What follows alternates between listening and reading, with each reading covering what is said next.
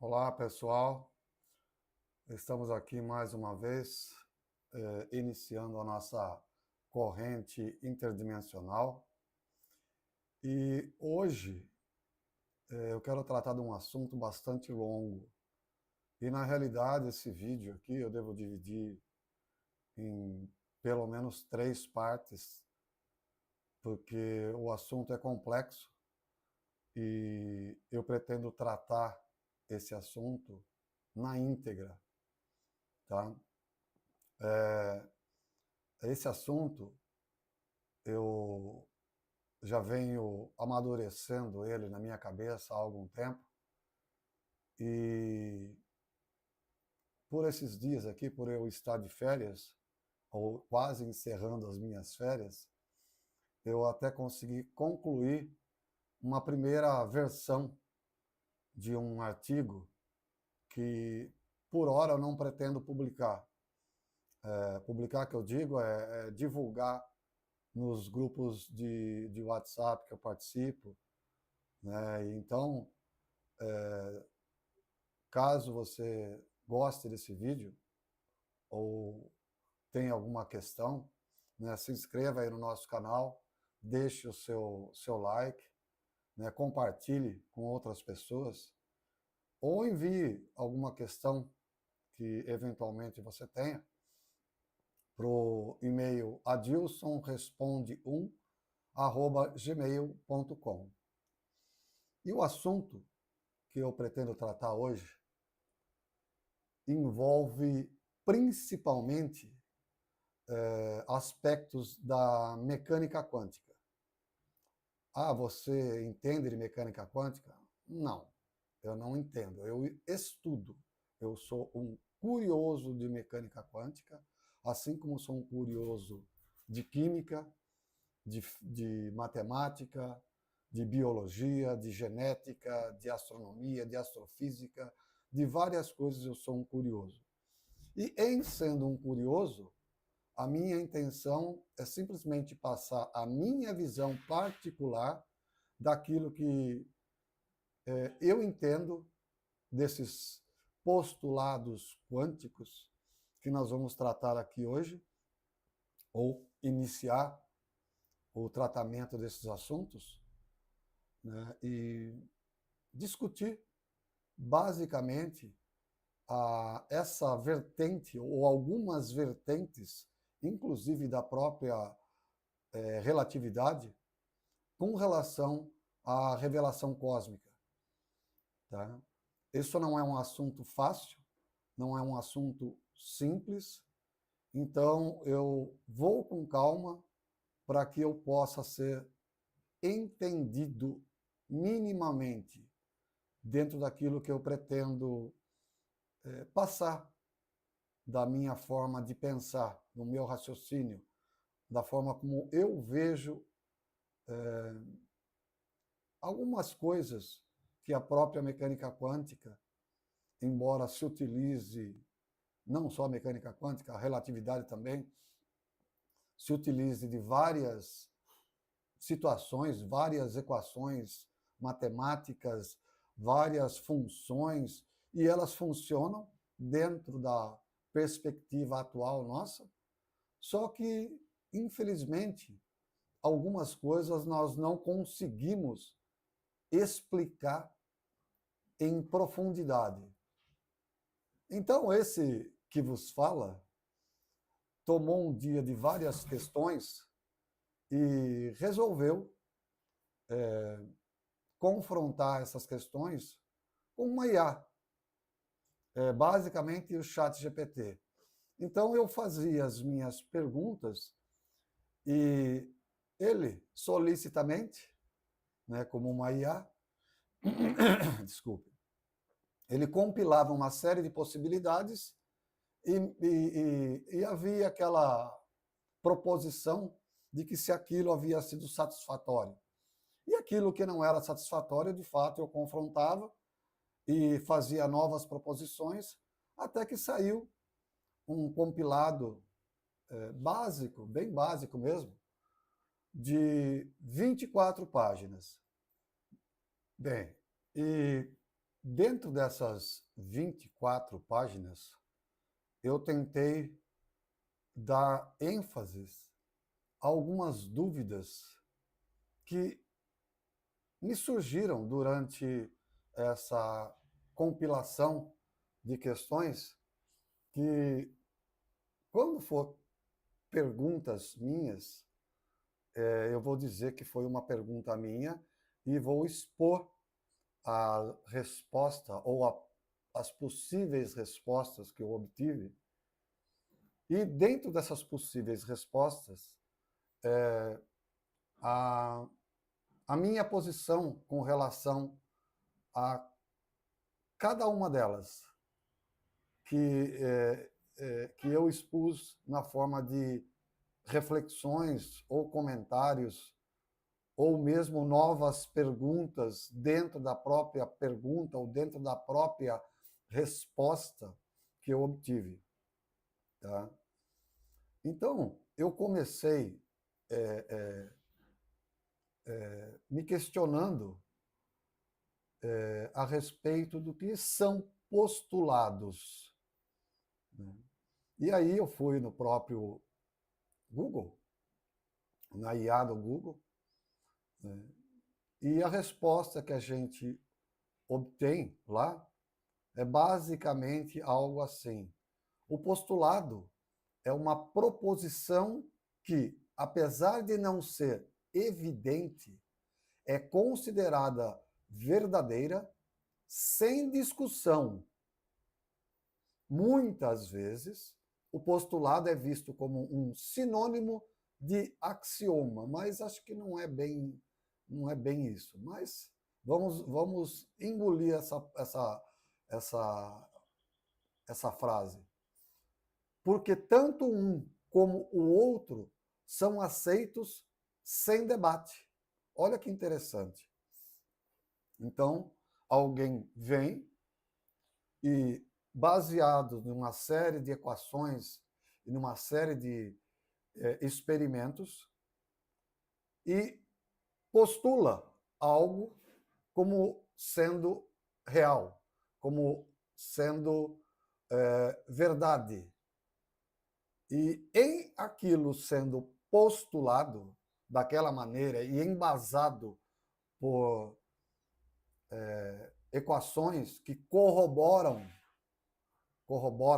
com aquela situação, simplesmente a comunidade científica averigua, vê que aquilo que está sendo postulado é algo aceitável e aceita-se.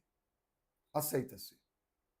Mas dentro disso tem várias coisas que ocorrem que simplesmente fica difícil de você olhar para aquilo e não questionar se aquilo, de fato, é aquilo mesmo, ou se não tem algo que se está simplesmente perdido no ar. E daí é que veio essa minha ideia de tentar, em questionando algumas coisas, gerar outras perguntas, outras questões, e daí buscando possíveis soluções ou indicativo de possíveis soluções.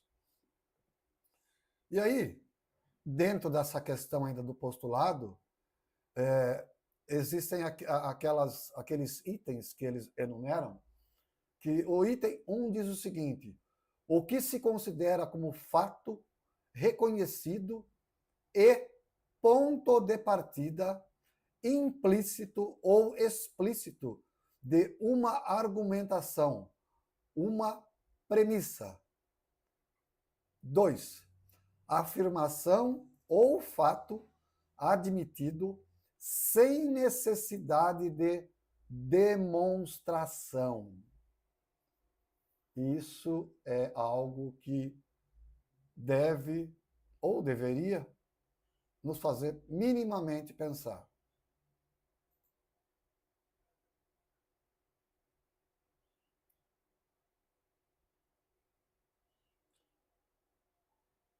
É complicado.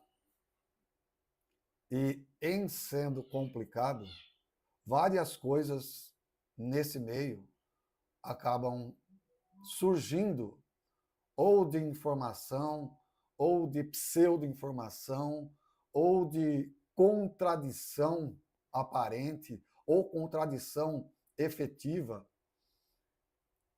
E isso, para mim, é motivo de estudo, é motivo de análise, é motivo de pensar, de avaliar, tá bom? Então, os postulados quânticos, eles são princípios que expressam a essência da teoria quântica, que reconhece que a física clássica tem limitações quando aplicadas a fenômenos atômicos.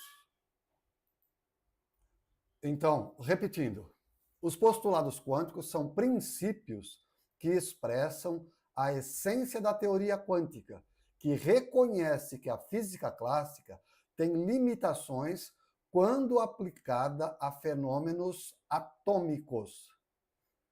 Tá, e aí a gente tem alguns, que são vários os postulados quânticos aplicados à nossa realidade, ou aquilo que a gente pensa ser a nossa realidade. E, nesse sentido, o primeiro postulado quântico diz o seguinte: o estado quântico de um sistema, e aqui um sistema pode ser um elétron, um próton, um nêutron, um átomo, uma molécula, ou um conjunto de moléculas formando sólido ou vapor. Ou seja, isso seria um fragmento da realidade, ou daquilo que a gente considera a realidade. Em determinado momento, é caracterizado por uma função de onda que pode ou não colapsar em um determinado estado. Deixa eu olhar as palavras aqui.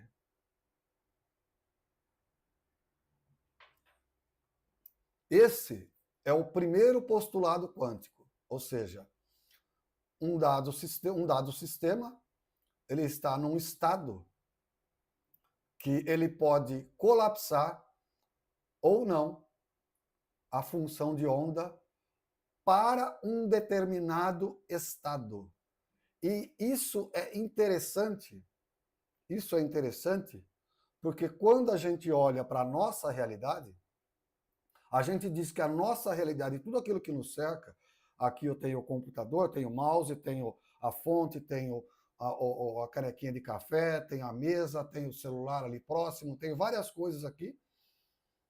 E isso tudo, em tese, está colapsado para um determinado estado da matéria.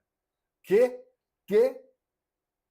olhem, que cada partícula ou subpartícula que compõe a realidade de cada um desses objetos, de todos aqueles que estão aqui ao meu redor, inclusive a camisa, microfone, óculos, a minha barba, o quadro aqui atrás, cada partícula que compõe cada um desses objetos, ela escolhe o estado em que ela vai colapsar. Ela escolhe. Eu não errei a palavra. Ela escolhe o estado que ela vai colapsar.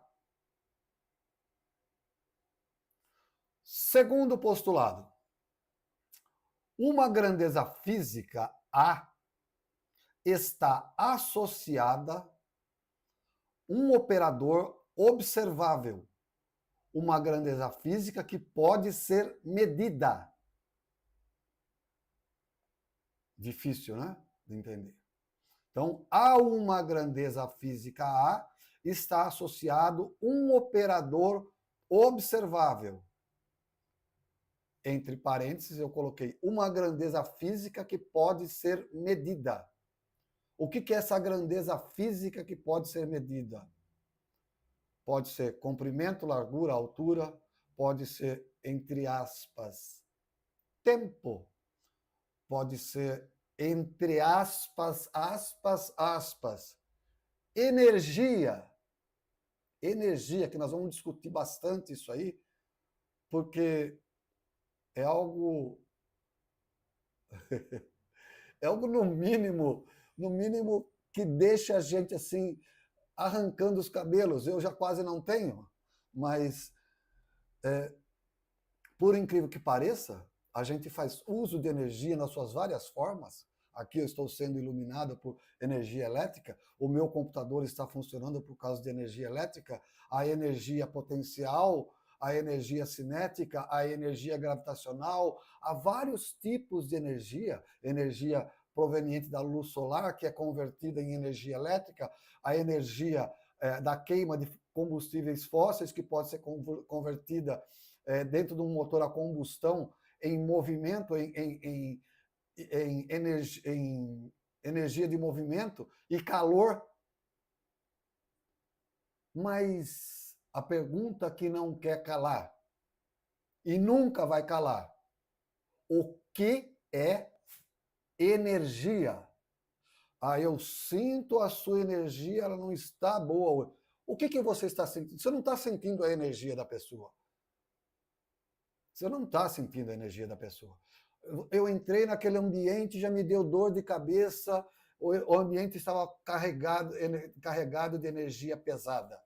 Você não está sentindo a energia. Isso é manifestação, é um efeito de algo que ninguém sabe o que é. Ninguém sabe o que é. A física, a química, a matemática pode colocar uma equaçãozinha desse tamanho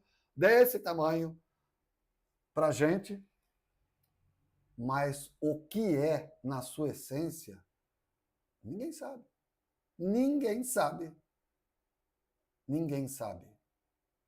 Nós fazemos uso, funciona perfeitamente, fazemos uso de energia nuclear, transformamos a energia nuclear em energia térmica que movimenta geradores, que faz isso, que faz aquilo, mas ninguém sabe o que é. Não se sabe. Terceiro postulado. O resultado de uma medida de A só pode ser um autovalor, um valor possível como resultado da medida. Isso entre parênteses. Um valor possível como resultado da medida. Então, se você conseguiu medir, aquilo é um autovalor associado à medida que foi feita. Beleza? Então, se eu meço o comprimento, a largura e a altura, isso significa que cada uma dessas medidas é um autovalor. Tá? Um valor associado à medida que foi realizada. Tá? Eu não vou complicar esse negócio da medida, porque toda medida, todo instrumento de medição tem um erro associado à sua menor fatia. Ou seja, se eu tenho um metro e esse 1 metro ele é dividido em centímetros, e esse centímetros é dividido em milímetros, o erro associado a essa medida é meio milímetro. Meio milímetro. Toda medida tem um erro associado de a metade da menor divisão. Então, essa medida deu 25 centímetros. 25 centímetros a minha medida. Eu tenho, na realidade, 25 centímetros mais ou menos meio milímetro. Porque o meu instrumento de medição, a menor divisão dele é o milímetro. Então, o erro associado à medida é metade da menor divisão. Certezas que você mediu 25 centímetros? Certeza que a sua medida de tempo foi exata, correta? Bom, vamos ao quarto postulado. A energia é liberada em pacotes, chamado de quantum. O quantum é a menor quantidade de energia que um objeto pode ganhar ou perder. Tá? É isso que, quando você se alimenta de quantums. Você não se alimenta de arroz, de feijão, de bife, de ovo frito. Você alimenta de quantums de energia colapsado na forma daquele alimento. Cara, tem um monte de coisas que, quando se pega para analisar e pensar, se você não tiver uma boa estabilidade mental e emocional, você realmente pira. Você realmente pira na batatinha, como diriam alguns amigos. Bom, vamos ao quinto postulado. Os elétrons podem apresentar um comprimento de onda quando se movem em determinada velocidade. Vou dar uma pausa. Então, repetindo, os elétrons podem apresentar um comprimento de onda quando se movem em determinada velocidade. Então quer dizer que ele pode variar o comprimento de ondas dele? Ou pode variar a velocidade dele à medida que ele se move? Analisemos. Pensemos a respeito. Na verdade, nós vamos discutir a respeito disso mais para frente, durante as possíveis partes que nós vamos dividir essa gravação, para que a gente possa tentar raciocinar em cima de cada um desses postulados e das perguntas que foram feitas para a IA generativa, né? E nós vamos analisar esses postulados aí sob a ótica da revelação cósmica, tá? Ou a minha ótica específica, tá? Porque nem todos fazem esse tipo de análise que eu estou fazendo. Então quer dizer que você é o bonzão? Não, eu não sou o bonzão. Eu sou um cara de pau que se arrisca em fazer algo que ainda, infelizmente, ninguém havia se proposto a fazer. Então esse cara de pau aqui resolveu fazer essas coisas. Vamos lá para o sexto postulado. Não é possível determinar simultaneamente a energia e o tempo de uma partícula quântica. E aqui está o princípio da incerteza. Tá? O princípio da incerteza. Então, se não é possível você executar determinadas tarefas, como é que nós, em sã consciência, afirmamos isso ou aquilo como verdade? Como é que nós podemos postular algo e assumir esse algo como verdade indiscutível? É para a gente poder analisar e pensar, né?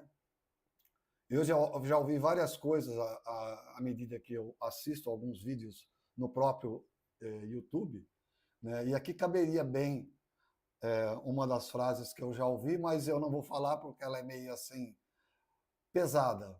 Mas uma outra versão eu posso falar. É de cair o Kundalini do chakra raiz. Algumas coisas. Tá? É de cair a Kundalini do chakra raiz.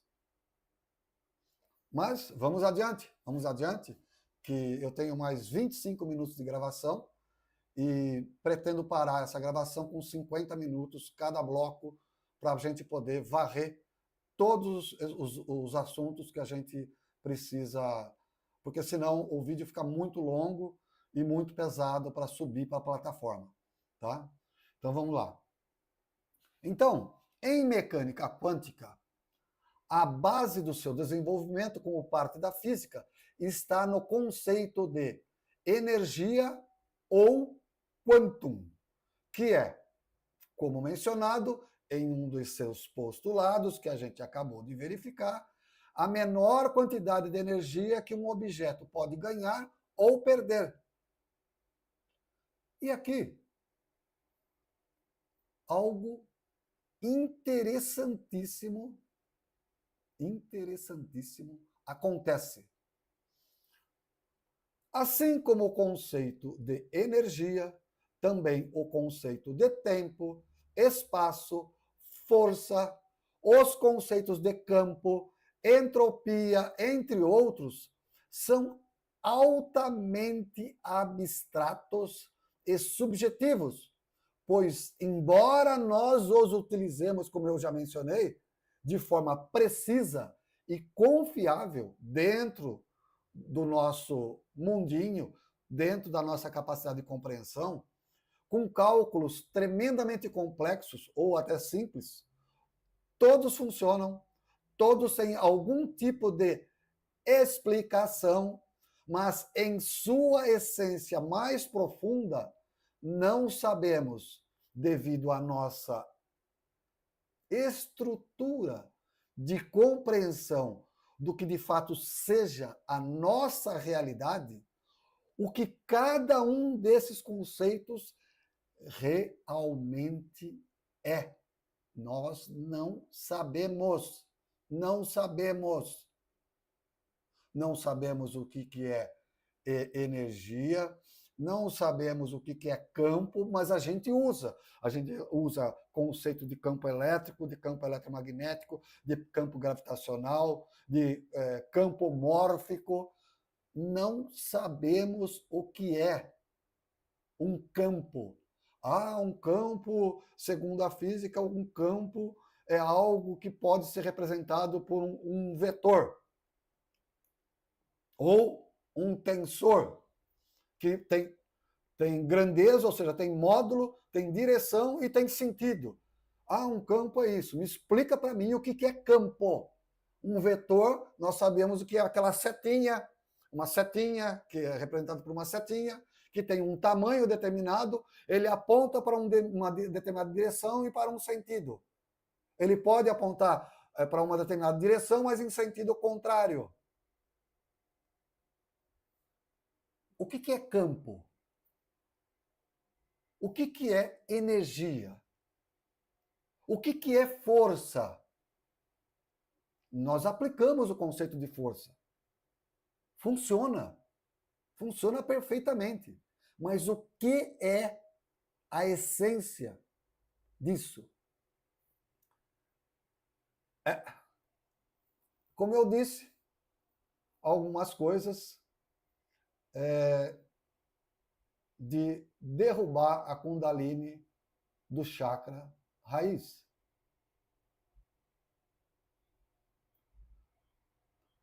Da mesma forma, podemos traçar um paralelo entre cada um dos conceitos elencados, ou seja, dessas coisas que eu mencionei, com o qualia, que é um conceito que envolve subjetividade das nossas percepções.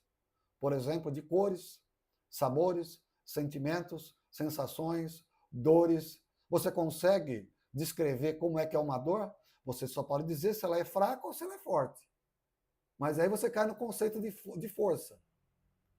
O que é uma dor fraca? Uma dor fraca para você, para outra pessoa, pode estar matando. Uma dor forte para você, a outra pessoa já sucumbiu totalmente. Então, alguns conceitos que nós utilizamos estão dentro desse conceito de qualia. E qualia nada mais é do que algo subjetivo, algo que você só consegue sentir se você sentir. Só consegue perceber se você sentir. Só consegue sentir se você perceber. Você se pega um pedaço de abacaxi e coloca na boca, se você tiver com os olhos vendados, você só pelo cheiro, você já sabe que é abacaxi. Ou pelo sabor, mais ainda, porque aquilo te despertou algo dentro do nosso sistema neuronal ou dentro do nosso conectoma, aquilo existe um padrão comparativo dentro do nosso sistema neuronal, que quando você sente aquele cheiro e sente aquele sabor, o nosso cérebro compara aquilo, esse que você está sentindo com o padrão e diz que aquilo não é maçã, aquilo não é banana, aquilo é abacaxi. Então, tem algumas coisas que ocorrem com a gente, com o ser humano de uma maneira geral, e de uma maneira com os outros animais. Alguns têm outros níveis de percepção que nós não temos, nós temos outros níveis de percepção que esses animais não têm, e, no entanto, as coisas nós não sabemos como é que funcionam. Não sabemos. Nós temos uma noção bem superficial e tomamos essa noção bem superficial como verdade, como a nossa realidade. Então, embora nós tenhamos essas percepções subjetivas, nós não conseguimos ainda, não encontramos uma forma de colocar isso em palavras. Você só consegue perceber sentindo. Um exemplo bem interessante é que nós sabemos e pensamos saber que, dados comprimentos de ondas eletromagnéticas, ao passarem pela nossa lente ou pelas lentes dos nossos olhos, a íris, elas geram um estímulo na retina. A retina transfere para o nervo óptico esse estímulo e no interior dos nossos cérebros forma uma imagem colorida ou não, de acordo com o padrão que fomos capacitados em descrever a nossa realidade, em atribuir a cada fenômeno observável dessa nossa natureza aspectos que cada ser humano individualmente e à sua maneira consegue interpretar como visão.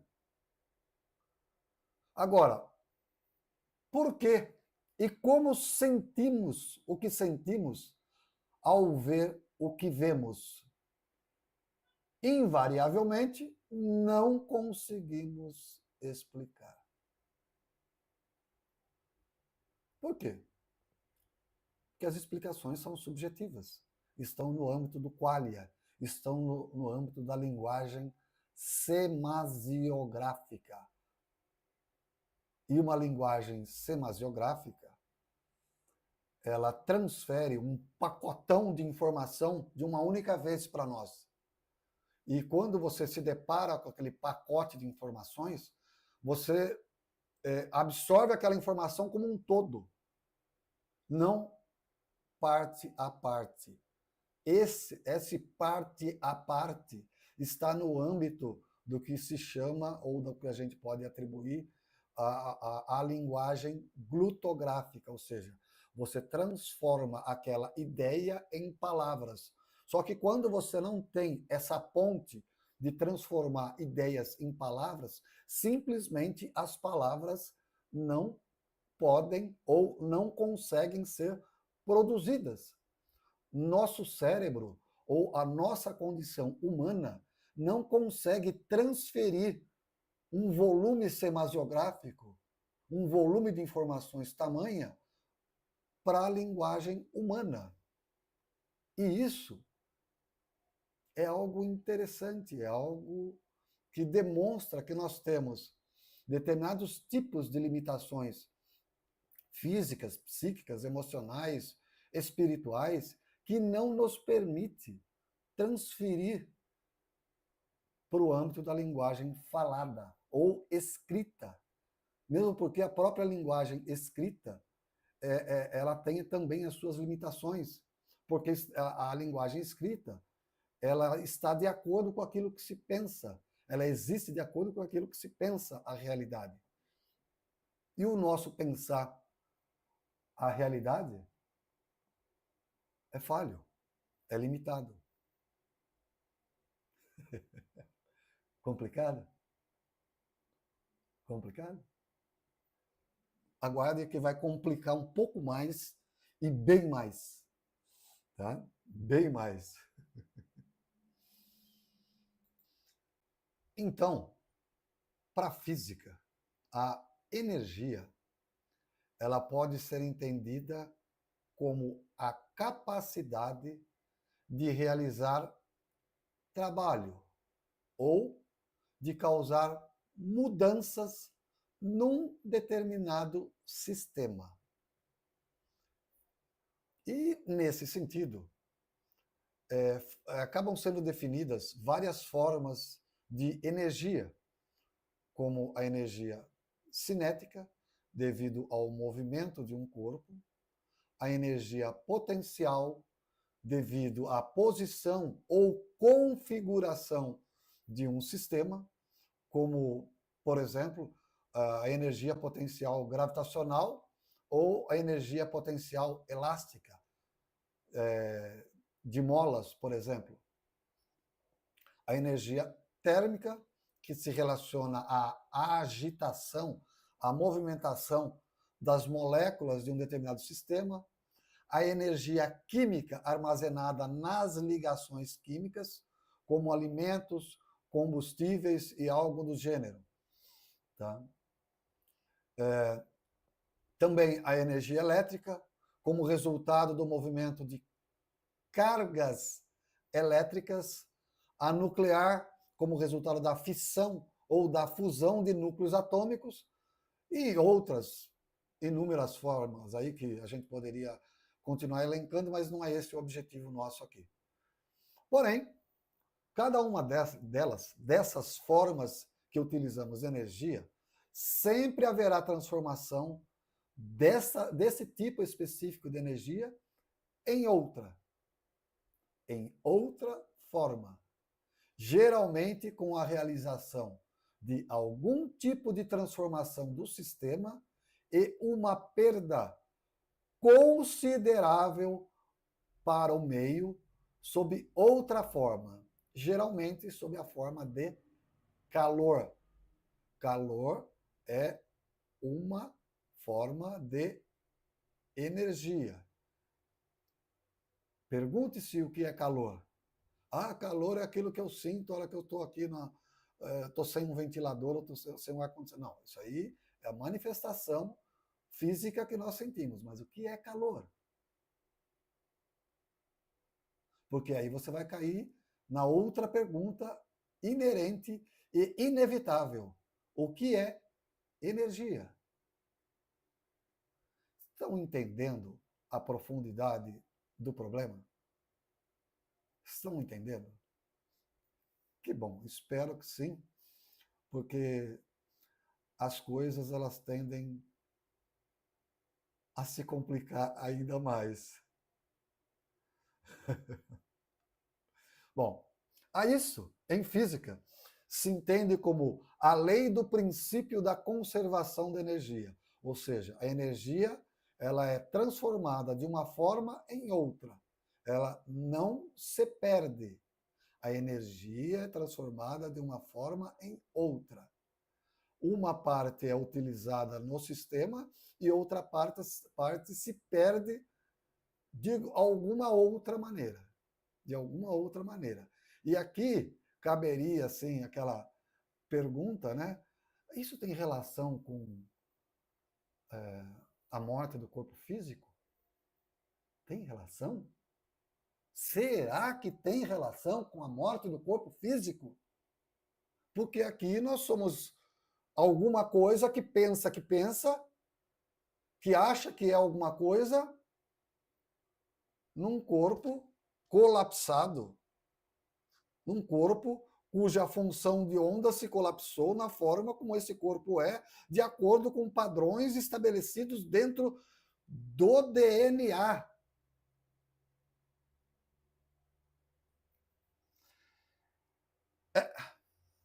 É mais ou menos por aí. Por aí. E quem está entendendo aonde eu pretendo chegar, já vai fazendo as suas conjecturas aí, porque nós vamos chegar nesse aspecto do que esse eu, de fato, é. Ou, pelo menos, tentar, que é o que eu pretendo, tentar, pelo menos, chegar próximo disso. Mas essas formas de energia listadas são somente manifestações diferentes do aspecto da energia, que de fato não se sabe o que realmente é em essência.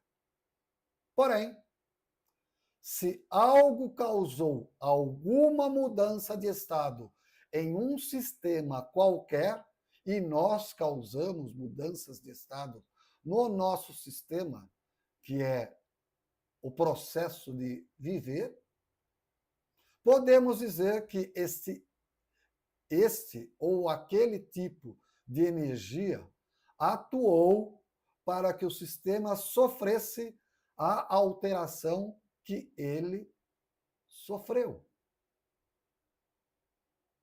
Complicado, né? Mas sempre que algo modifica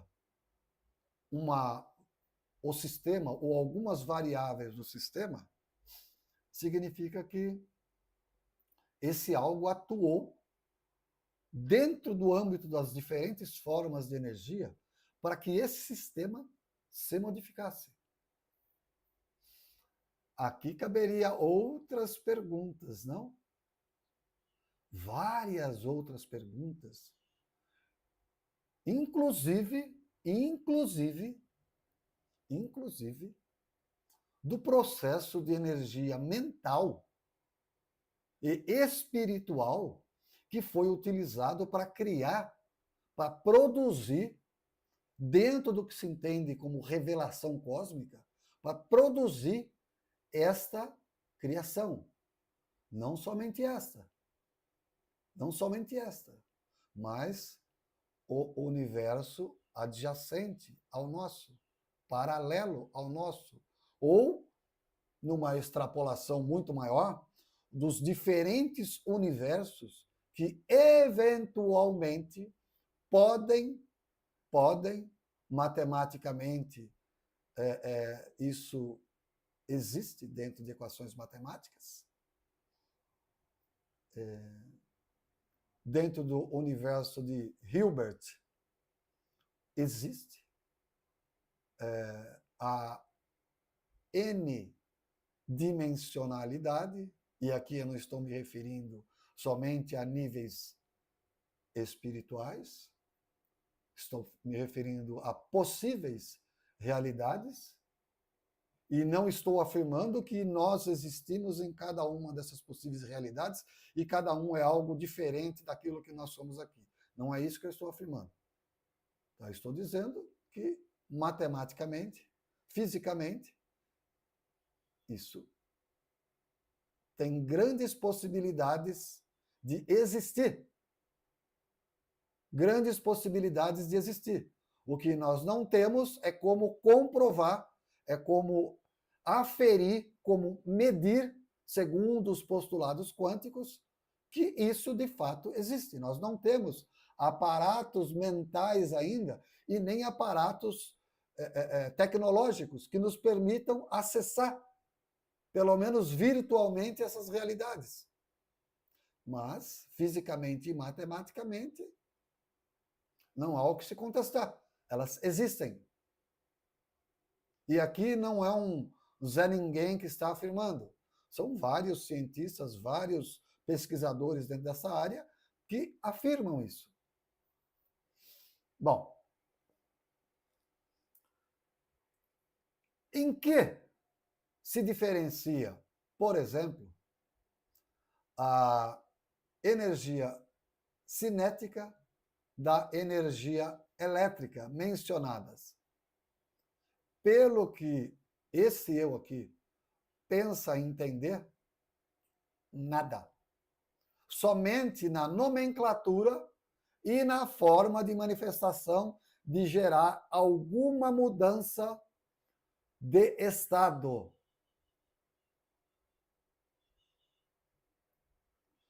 Vou repetir. Elas não se diferenciam em nada. Somente na nomenclatura e na forma de gerar mudanças de estado no sistema em que elas estão atuando. Só isso. Só isso. A essência da energia que a gente não sabe explicar é a mesma. Mas a gente não sabe o que é e como é que ela se manifesta nesses diferentes tipos de energia que a gente elencou aqui. A gente não sabe. Bom, vejamos um exemplo. Um carro em movimento pode utilizar diferentes meios para se mover. Ou seja, ele pode utilizar baterias, ele pode utilizar gasolina, ele pode utilizar diesel, ele pode utilizar energia solar, ele pode utilizar hidrogênio ou qualquer outro tipo de energia e estará transformando esse tipo de energia em energia cinética, ou seja, em movimento através do sistema de motores de engrenagens, e o conjunto representado pelo carro, ele estará se movendo. Ele está provocando mudanças a cada segundo no sistema. Mais um. A energia elétrica, ela precisa de uma fonte que transforme algo em movimento. Movimento do quê? Movimento de elétrons através dos condutores e esses condutores através de um motor que movimente o conjunto representado pelo veículo elétrico. Tá, e o que movimenta elétrons dentro de um condutor? Uma bateria, por exemplo. Ou um sistema que capta a energia solar, que são fótons, que são quantas de energia. Isso é armazenado na bateria e a bateria transfere para o carro, para o motor elétrico do carro, essa movimentação de elétrons, de cargas elétricas através do condutor, e o carro se movimenta. Através de várias engrenagens, vários mecanismos, o carro se movimenta. Mas notemos que a energia ela precisa ser transformada de algo em alguma coisa para que essa modificação do sistema se processe. Ou seja, no caso aí, que a gente está falando do carro, para que o carro se movimente. Ela tem que transformar alguma coisa em outra para que o carro se movimente. A ideia é simples, ela é tranquila. O problema aqui não é como as coisas funcionam. Ou não é só como as coisas funcionam. É o que é essa energia que ela é captada de algo, transformada e transferida para outro algo que provoca outras transformações. Cada um desses processos aqui é uma transformação. É uma transformação que está ocorrendo no sistema. Tá? Bom, isso é um indício que sistemas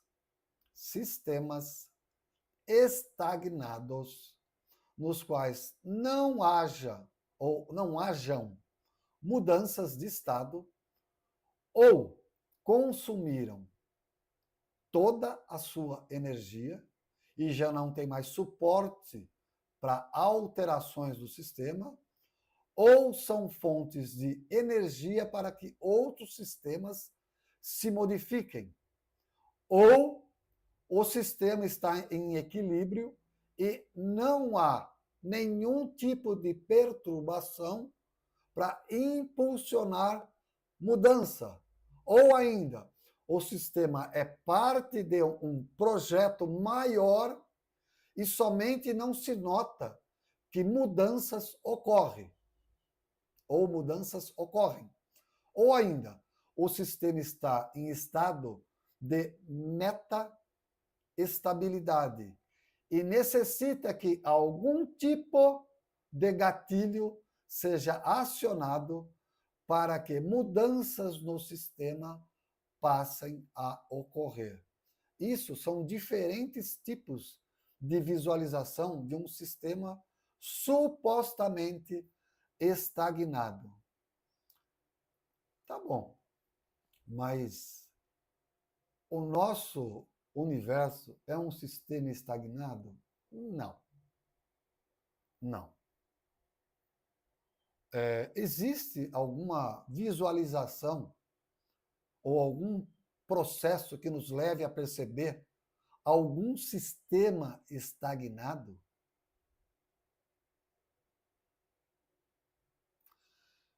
Eu fiz aqui uma pequena, em cima disso que já foi mencionado, uma pequena reflexão, né, que eu passo a descrever para vocês.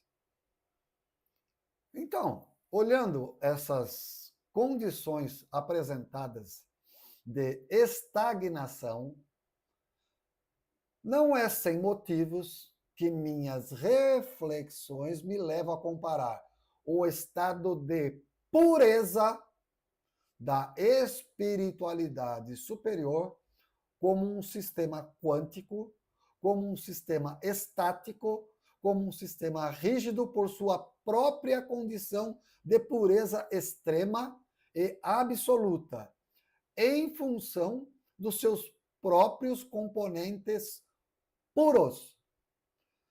E nessas condições, não terem a opção de não serem aquilo que sempre foram, ou seja, puros. Então, o que ocorreu lá nos primórdios, que pelo menos é o que a gente pensa, o que eu penso, a forma como eu analiso, não quer dizer que eu estou certo de maneira alguma isso. O que ocorreu lá no princípio, né, quando um ente que era por si só também puro, estável, imutável. Imutável? Oh!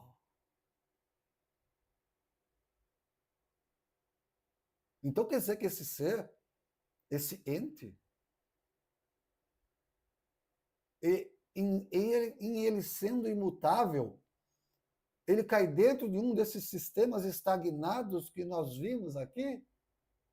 Será? Será que é isso? Parece que sim. E em algum momento, dentro da eternidade pretérita, surgiu, não se sabe de onde, não se sabe de onde, uma vontade de produzir outros seres que passaram a viver na beatitude da imutabilidade da espiritualidade superior.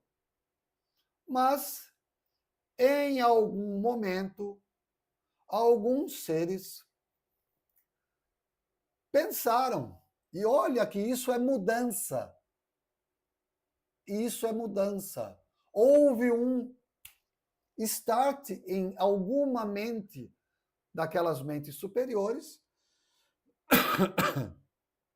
e alguém falou, pô, como é que seria a gente viver diferente, de uma forma diferente disso que a gente vive aqui? E nós caímos aqui naquele sistema em que ocorreu uma pequena perturbação. Uma pequena perturbação. E aí ele repassou isso para os seus pares, e esses pares falaram, bom, será que a gente consegue produzir uma outra faixa de realidade em que a gente possa experienciar de maneira diferente dessa que a gente experiencia, aqui onde a gente só se ama, a gente não faz nada, a gente só é, a gente só existe e mais nada acontece. Mas nada acontece. Aí eles começaram a analisar, e por serem seres altamente identificáveis com a própria natureza do ente dos entes, eles se perceberam como potenciais criadores também e geraram um outro nível de potencial existência, mas para que eles pudessem experienciar ali, eles teriam que produzir algo que pudesse existir espiritualmente, física.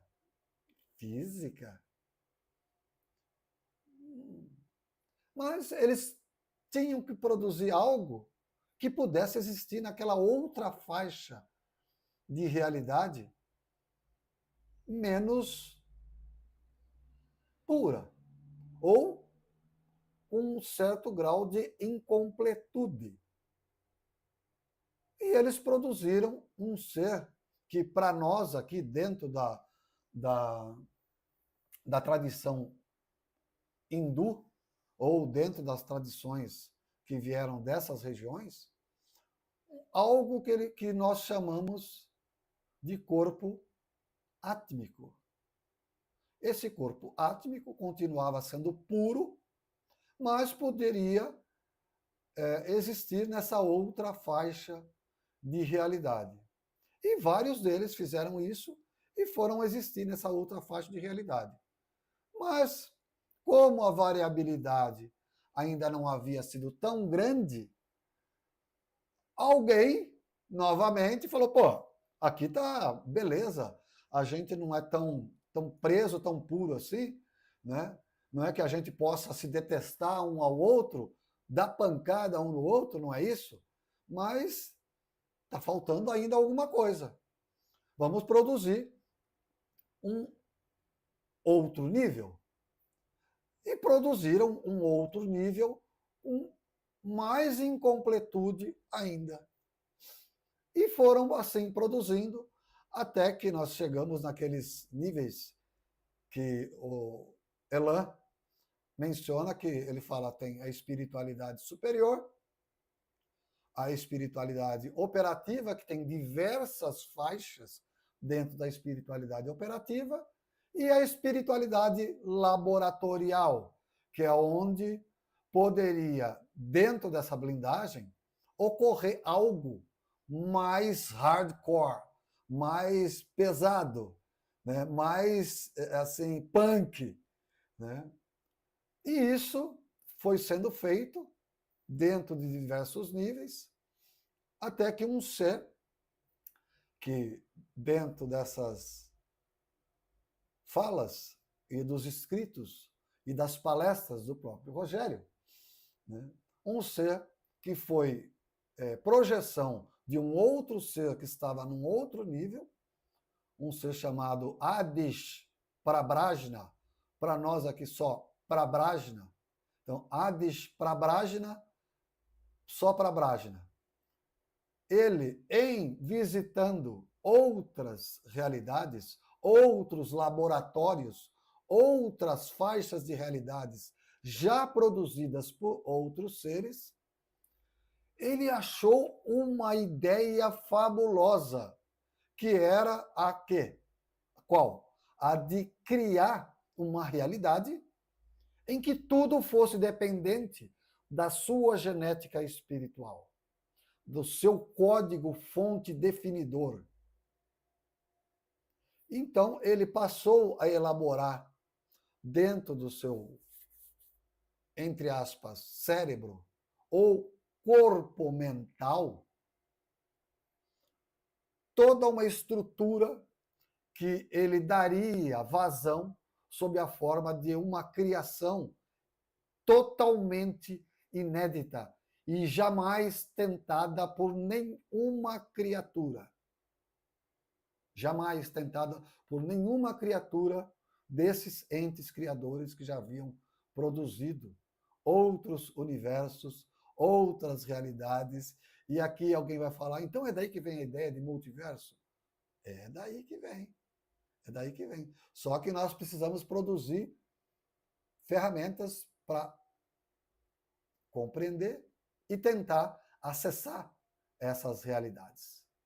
Precisamos produzir ferramentas psíquicas, espirituais, mentais e mesmo aparatos tecnológicos que nos permitam acessar essas realidades. Bom, e aí, vou parar aqui um pouquinho com essa história e vou voltar aqui para as minhas reflexões. Tá bom? Mais para frente nós vamos retomar essa belezura de raciocínio. Dessa forma, também não é sem razão que o meu raciocínio me leva a avaliar que para muitas criaturas desse nível, tornou-se necessário, uma necessidade, sair ou mesmo fugir desse estado de estagnação.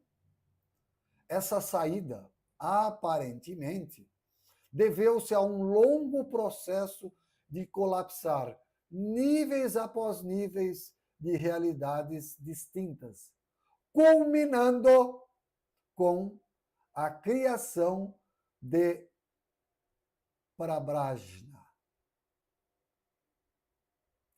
Isso, para mim, para a forma como eu penso, não foi totalmente um acidente. Foi um acidente a queda de Prabrajna e a reconstrução dele como Brahma, Javé, Panku, Alá, seja lá o que for, foi um acidente. Ou pensamos que foi um acidente. Mas tudo aparentemente partiu como nós pensamos ser o processo que ocorreu através do projeto Taum, da mensagem Taum, uma necessidade. Necessidade do quê, Adilson? Necessidade de sair da estagnação. Pureza absoluta é estagnação absoluta. Não há movimentação, não há evolução. Um ser puro, desculpem aqueles que aceitam que um ser puro é perfeito. Um ser puro não é perfeito. na minha forma de pensar, na minha concepção. Um ser puro não é perfeito, porque um ser puro não lida com o caos, não lida com a podridão. E para você ser perfeito, você tem que ter os dois lados sob controle. Tanto parte da pureza como parte da podridão. Você tem que saber conviver com isso. Isso tem que estar dentro do seu eu e você tem que controlar cada um desses itens. É por isso que a nossa criação passou a ser, passou a existir por necessidade. Tudo é necessidade. Tudo, tudo. Nós comemos por necessidade. Infelizmente, nós matamos animais para nos alimentarmos por necessidade. Ah, mas eu não como carne, você come vegetais? Então, desculpe, cara, você também está dentro dessa necessidade. Isso aí de achar que, não, eu só como vegetais, eu só como verduras, eu sou verdinho, eu sou vegano. Cara, você depende de transformar algo em alguma coisa para você sobreviver. Você não é comedor de cadáver animal, você é comedor de cadáver vegetal. Nós só vamos deixar de ser comedores de cadáveres quando nós passarmos a viver essencialmente de energia. E mesmo assim nós seremos desfrutadores de algo. Entendamos isso. Quando nós conseguimos gerar a nossa própria energia por vontade própria, por força mental, por força espiritual própria, e nós conseguimos nos autogerir, produzir aquilo que nós mesmos consumimos, aí sim nós podemos dizer que somos autossuficientes e não somos desfrutadores. Esse termo desfrutador foi utilizado em uma palestra feita por Rogério, se eu não me engano, foi em Resende, no ano de 2020, 2021, algo semelhante a isso. Está lá no Orban. Procurem lá no Orban alguma palestra, eu não me lembro o nome, desculpem, mas eu não me recordo. Tá? Se nós entendemos alguma coisa até aqui, eu vou voltar para mecânica quântica. Então, dentro disso que a gente já até discutiu até agora, já estamos chegando a 1h10, vou parar com 1h20 essa primeira parte. Vou parar com 1h20. O que significa dizer que um sistema quântico pode existir em mais de um estado. Isso é um dos postulados quânticos. Vou repetir. O que significa dizer que um sistema, qualquer sistema, pode existir em mais de um estado? Isso foi uma das perguntas que eu fiz para a IA generativa ChatGPT. Tá? E a resposta que eu obtive foi essa. Basicamente, que a função de onda daquele sistema pode assumir qualquer valor. Isto é, o sistema está em superposição de estados, um estado sobre o outro, coexistindo ao mesmo tempo. E a função de onda é uma combinação de dois ou mais estados possíveis e colapsa aquele que sofrer alguma ação, como, por exemplo, ser observado e ou medido em alguma de suas características e de seus parâmetros. O exemplo mais clássico dessa superposição de estados é o do gato de Schrödinger. Gato de Schrödinger. Schrödinger, tá? Gato de Schrödinger.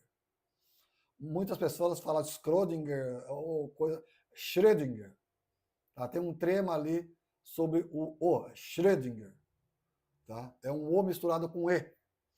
Que pode estar vivo ou morto.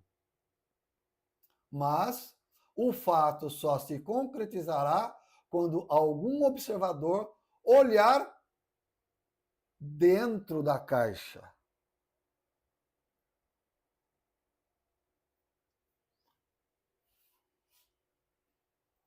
Outro exemplo será o de se lançar uma moeda ao ar para tirar cara ou coroa, pois ela só mostrará cara ou coroa quando for parada. Ah, mas isso é probabilidade. É? É probabilidade?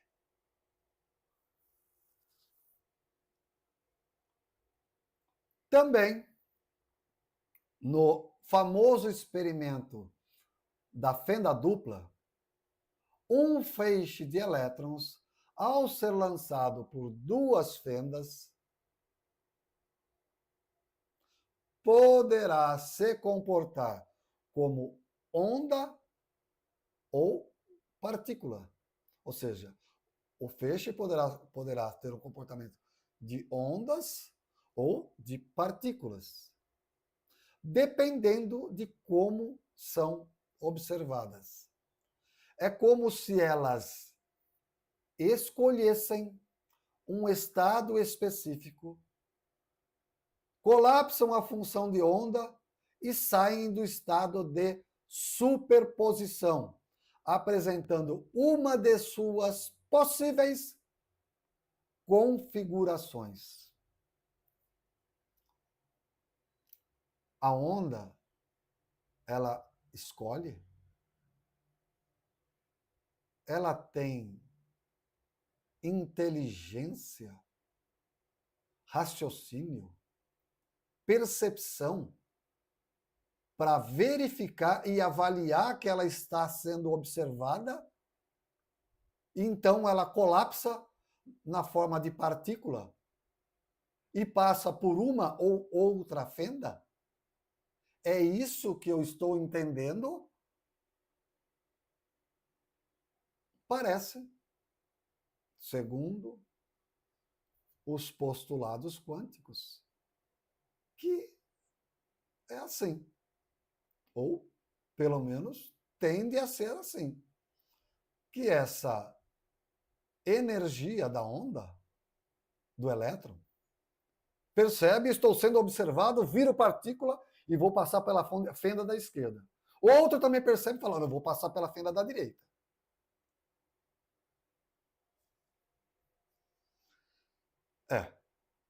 Eu sei o desconforto que isso causa, pois é o mesmo desconforto mental que isso causa em mim. E isso é complicadíssimo. E aí, a gente começa a pensar e analisar essas situações e fala, pô, é por isso que ninguém entende essa porra de mecânica quântica, né? É por isso que ninguém entende. Mas deixa eu dar um pause aqui. Bom, aí eu fiz mais uma pergunta para IA generativa.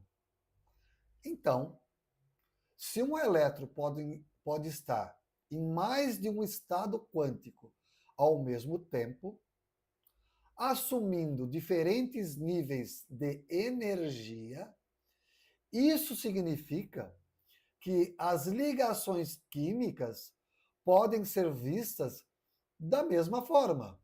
Ou seja, em tese, não haveria distinção sobre qual ou quais elétrons participam de uma ligação química. É isso?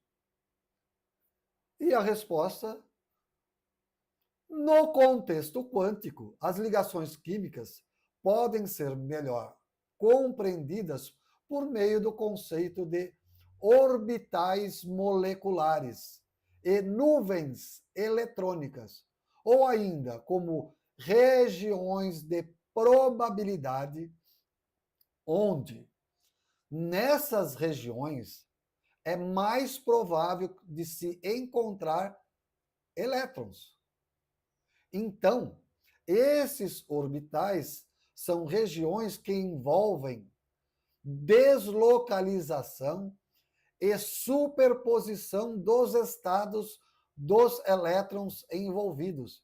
Então, nas ligações químicas que nós vemos ou foi nos desenhadas como orbitais moleculares, e a gente pode procurar esses termos aí na internet, nós vamos achar figurinhas de orbitais circulares com 2 bolinhas, com três bolinhas, com 4 bolinhas, né, que tem uma meia-lua, que tem, ou seja, vários formatos, né, onde quanto mais clara, ou quanto mais claras forem essas regiões, maior a probabilidade de se encontrar elétrons nesses pontos. Tá? Isso são o que a gente, dentro da química, da física, observa como ligações químicas. Então, quando 2 ou mais sistemas quânticos interagem, e aqui, no caso, 2 átomos formando interações entre si, eles o fazem do que se tem por regra, através do que se tem por regra, chamar de orbitais. E aqui vocês podem procurar lá, ó, Linus Pauling, né, e ali vocês vão entrar num campo onde ele diz que tem os orbitais tipo S, orbitais tipo P, orbitais tipo D e orbitais tipo F, tá? Em diferentes níveis de superposição. Todos esses orbitais existem no menor átomo, só que alguns mais energéticos, que são os D, E e o F, geralmente eles não são utilizados nos saltos quânticos que os elétrons realizam. Então, um elétron, quando ele está ali numa região de probabilidade, ele é atingido por um fóton ou por um quanta de energia, dependendo do tipo de energia, da quantidade de energia que esse fóton carrega, se for uma energia luminosa normal, se for uma energia de raio-x, se for uma energia de raio gama, tá? Ele vai se comportar de uma maneira e saltar para determinado nível ou subnível quântico, mais energético, tá? E esse salto dele a gente vê? Não, a gente não vê. A gente diz que ele tunela, ele passa por um processo de tunelamento quântico e simplesmente reaparece naquele subnível. E à medida que ele reaparece naquele subnível, como ali não é um nível ou um subnível estável para ele, ele emite novamente esse quanta que ele recebeu, sob a forma do mesmo tipo de radiação, ele emite e salta, entre aspas, ele tunela novamente para o nível original dele. É isso que se chama de salto quântico. Pô, mas o que é tunelar? Cara, a gente não sabe ainda nem o que é energia, tá? Não dá, o que se tem por base é o seguinte: ele deixa de existir naquele subnível e reaparece num outro. se é buraco de minhoca, se dobra do espaço-tempo, até esses dias, hoje é dia 27 de janeiro de 2025, até esses dias, não existe uma certeza de como é que isso se processa. Não existe. Tá? Então, eu vou parar por aqui esse primeiro bloco e vou retomar num próximo bloco, porque os vídeos eles vão se tornar muito grandes, tá bom? Então, se você gostou até aqui, desce aí, deixa o seu like, se inscreve no canal, divulga o nosso canal para alguém, tá? Ou se tiver alguma pergunta, deixa aqui nos comentários, ou manda para a gente através do e-mail adilsonresponde1@gmail.com. Beleza? Nós retornamos no próximo bloco, na parte 2 desse vídeo.